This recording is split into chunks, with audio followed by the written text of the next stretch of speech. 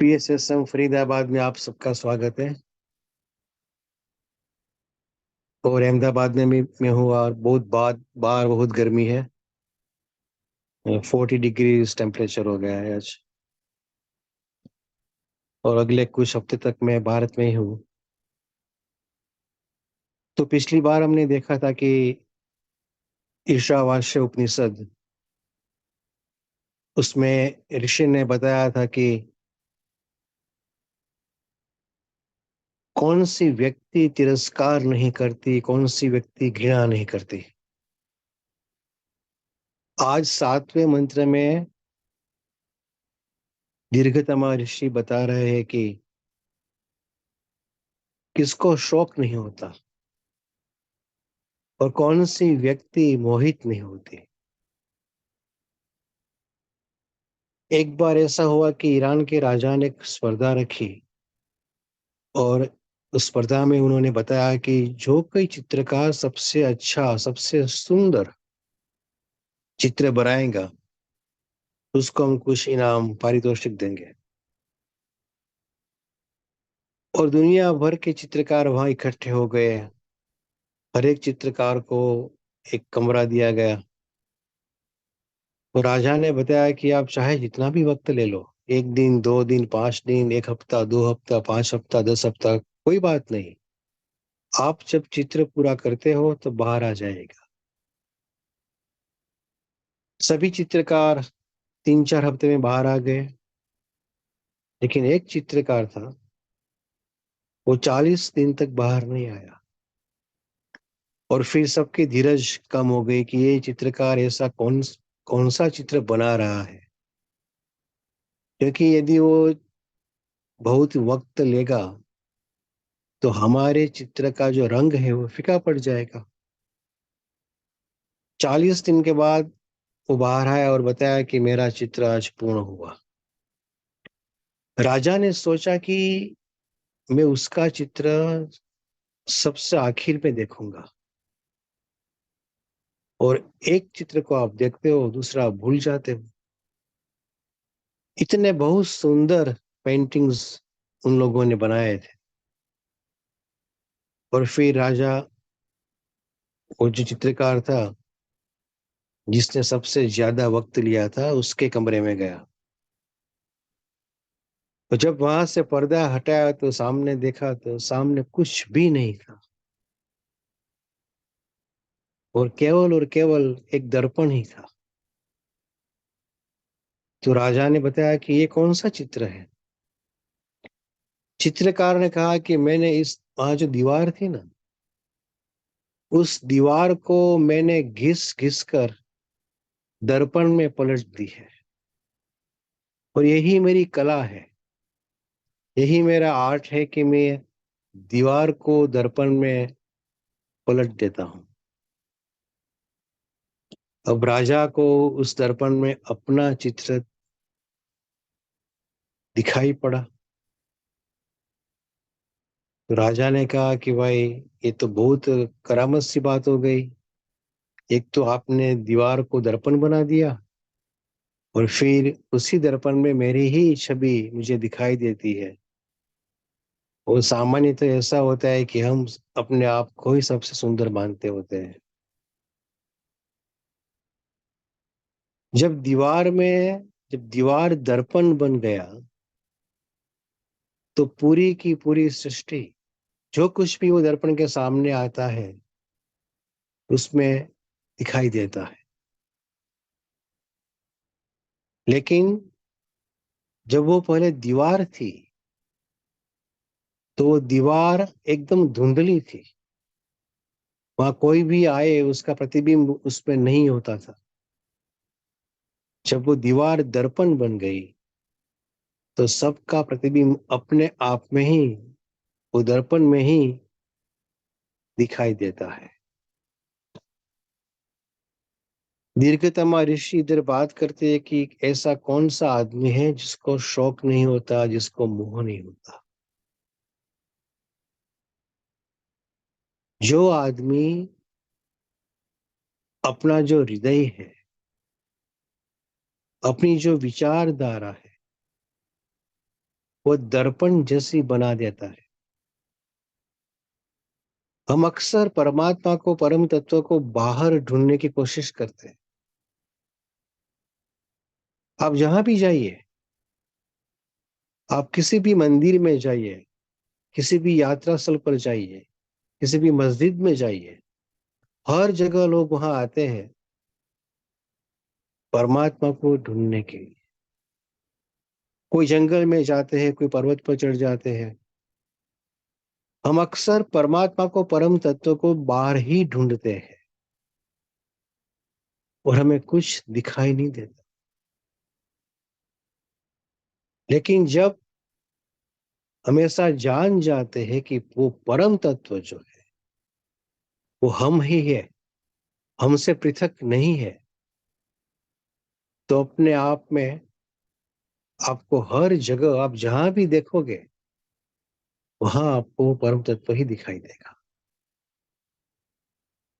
एक बार दीवार दर्पण बन जाती है तो वो दर्पण जहां भी जाएगा उसमें जो कुछ भी प्रतिबिंब होगा वो अपने आप में होगा। वो बाहर का जो पेड़ या तो बाहर का जो पत्थर, वो दर्पण में ही दिखाई देगा, उससे दूर नहीं दिखाई देगा। जब हम अपने आप में परमात्मा की अनुभूति कर लेते हैं तो हर एक जगह केवल और केवल परम तत्व ही दिखाई देता है। यहाँ ऋषि कहते हैं कि जो इंसान ऐसा जान जाता है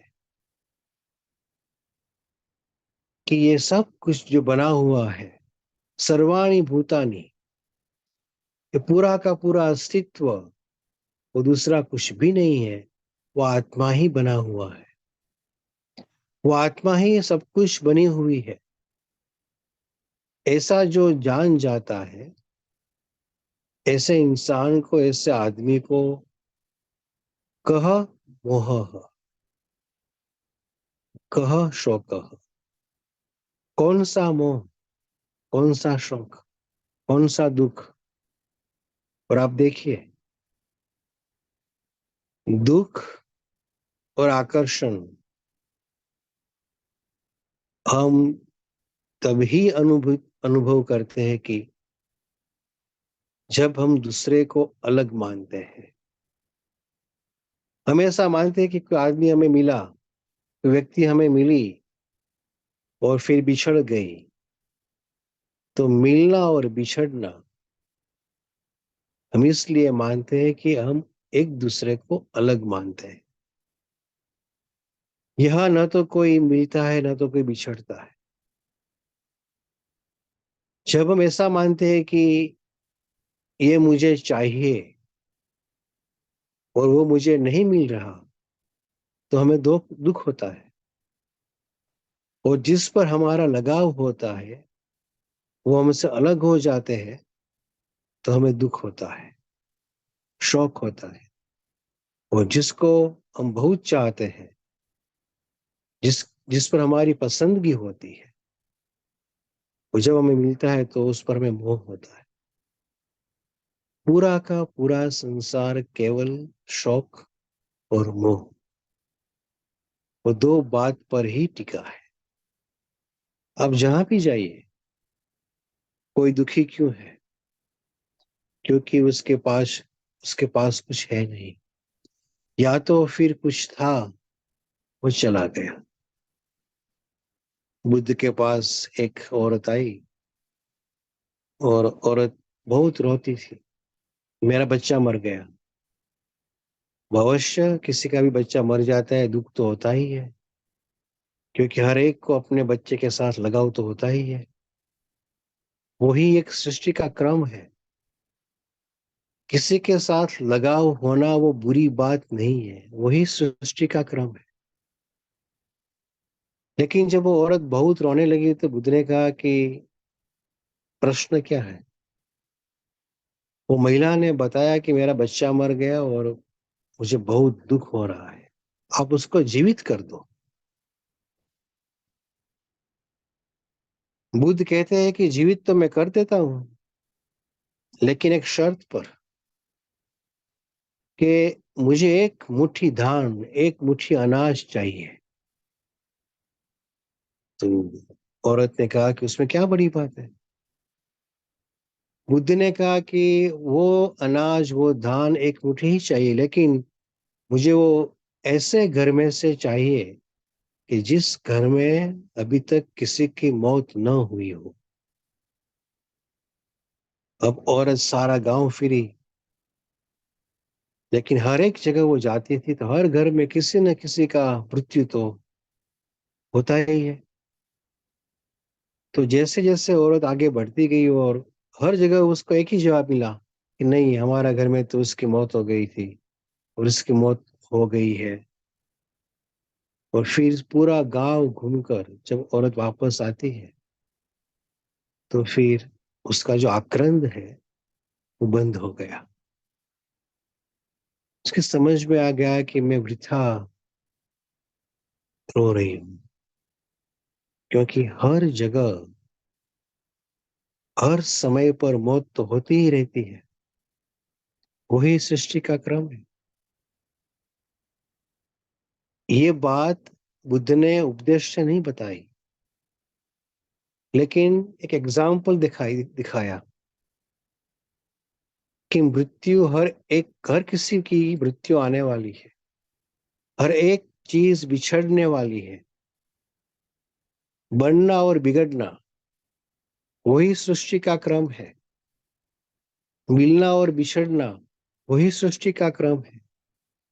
उत्पन्न होना और नष्ट होना वही सृष्टि का क्रम है। लेकिन जहां तक हम उसमें अलगाव मानते हैं, सेपरेशन समझते हैं, कि कुछ मिला, कुछ बना, कुछ बिछड़ गया, कुछ बिगड़ गया, तो वो जो कुछ है, वो कुछ से हम अपने आप को अलग समझते हैं। और इसीलिए या तो हमें मोह होता है, या तो हमें शौक होता है।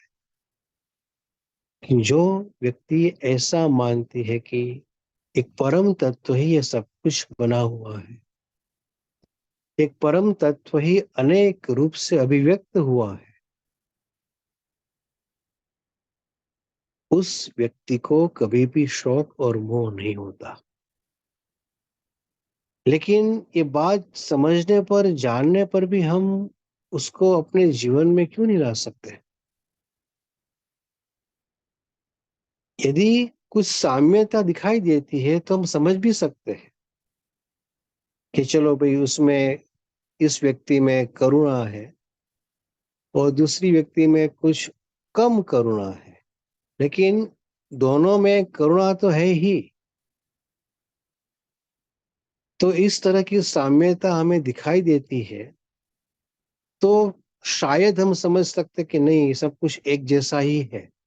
हर एक में करुणा है, हर एक में प्रेम है। लेकिन सामने हम देखते हैं तो एक होता है बहुत सन्यासी, संत, महात्मा, उदार, दयालु, वेरी काइंड, और दूसरा होता है बहुत क्रूर, क्रोधी, हत्यारा। तो दोनों में आसमान जमीन का फर्क दिखाई देता है।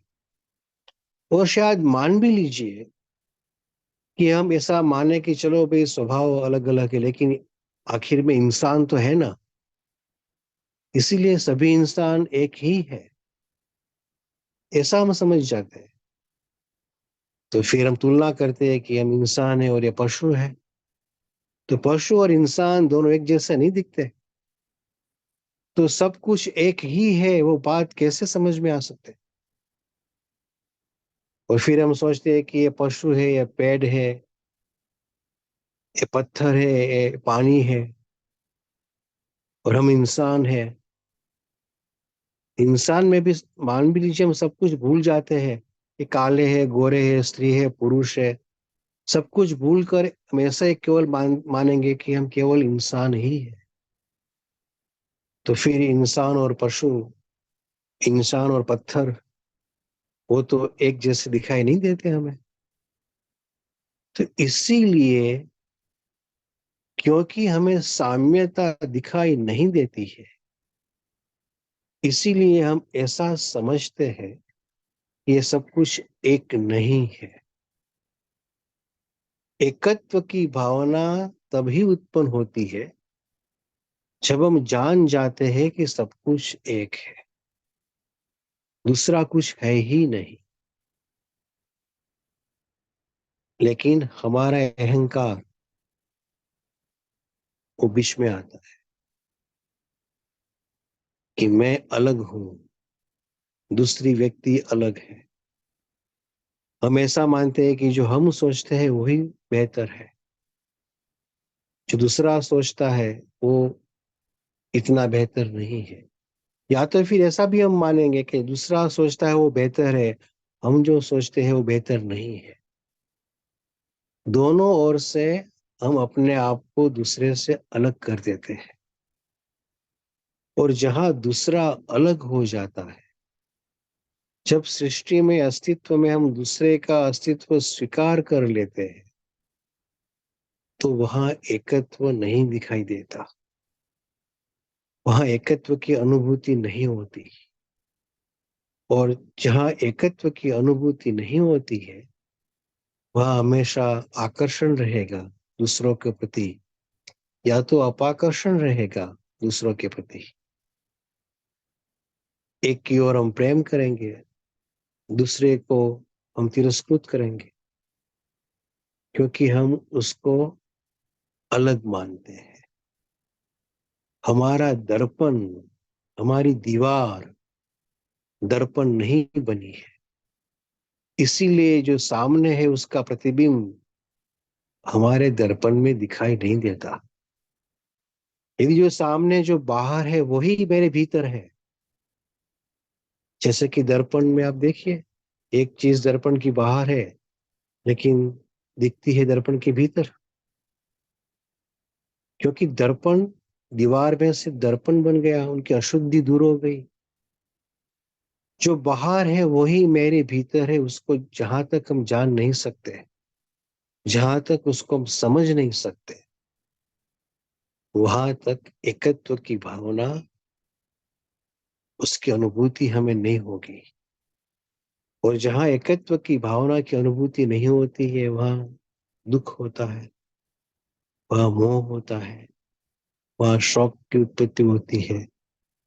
कभी कभी हम प्रसन्नचित बन जाते हैं, और कभी कभी अवसाद में डूब जाते हैं, क्योंकि जो बाहर है उसको हम भीतर नहीं देख सकते, उसकी अनुभूति हम भीतर नहीं कर सकते, क्योंकि हम परम को बाहर ढूंढते हैं, जबकि वास्तव में परम बाहर है ही नहीं। आप ही परम है। यदि आप ही अपने आप को दर्पण मान लेते हो, तो बाहर की पूरी दुनिया, पूरा अस्तित्व, पूरी सृष्टि, उसका प्रतिबिंब आप में ही आपको दिखाई देगा। आपसे अलग वो नहीं दिखाई देंगे। ये तो एक स्थूल एग्जाम्पल है, लेकिन यदि हम ही अपने आप को परम मानते हैं, और वो परम की अनुभूति जब हमें होती है, उसी वक्त ये सब कुछ जो परम ही है, वो परम से अलग नहीं है, लेकिन ये सब कुछ परम ही है, उसकी अनुभूति भी हमें होने लगती है। अभी क्या होता है कि एक बर्फ का टुकड़ा है ना, बर्फ माने जमा हुआ पानी, घनीभूत पानी, सॉलिड वाटर।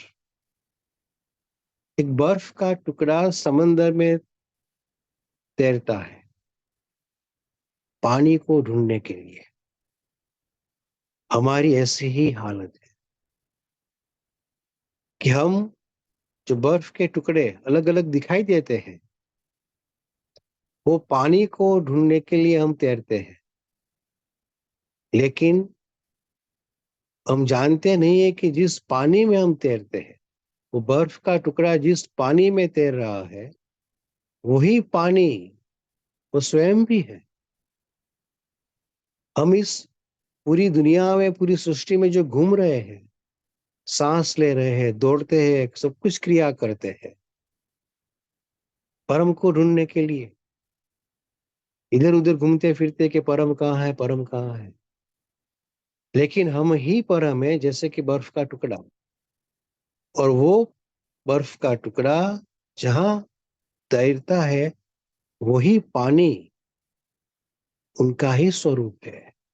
ये सब कुछ हमारा ही स्वरूप है। वो बर्फ का टुकड़ा पानी से भिन्न नहीं है, लेकिन भिन्न दिखाई दे रहा है। इसी तरह हम इस अस्तित्व से भिन्न नहीं है, हम भिन्न दिखाई दे रहे हैं, क्योंकि वही हमारी इंद्रियों की एक मर्यादा है, इंद्रियों की एक लिमिटेशंस है। हम उसके ऊपर आगे कुछ देख नहीं सकते। तो यहाँ ऋषि कहते हैं कि जो ऐसा विजानतः, जो जान गया, जिस व्यक्ति ने ऐसे अनुभूति कर ली कि आत्मा ही, ये परम ही सब कुछ बना हुआ है, ऐसे व्यक्ति को कभी भी न तो शौक होता है, न तो मोह होता है। वो व्यक्ति हो जाती है स्थित प्रज्ञ, समता पर वो स्थिर हो जाती है, और जीवन के किसी भी चढ़ाव और उतार में वो विक्षुब्ध नहीं होती। विक्षुब्ध होती शायद दिखाई भी देगी, लेकिन वो भीतर से संपूर्णतः स्थिर है। दुख और सुख, आकर्षण और तिरस्कार, राग और द्वेष, उससे पर होने के लिए, उस सभी में स्थिरता रखने के लिए, साम्यता रखने के लिए, यहाँ 7वें मंत्र में एक ही बात बताई गई कि एकत्व। ये सब कुछ एक है। हम परम से भिन्न नहीं है, परम हमसे भिन्न नहीं है, परम ही हम है और हम ही परम है।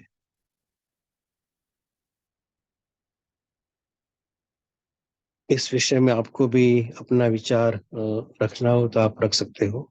धन्यवाद।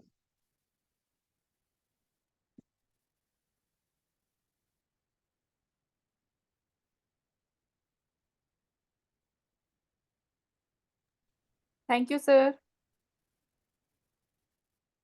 Thank you.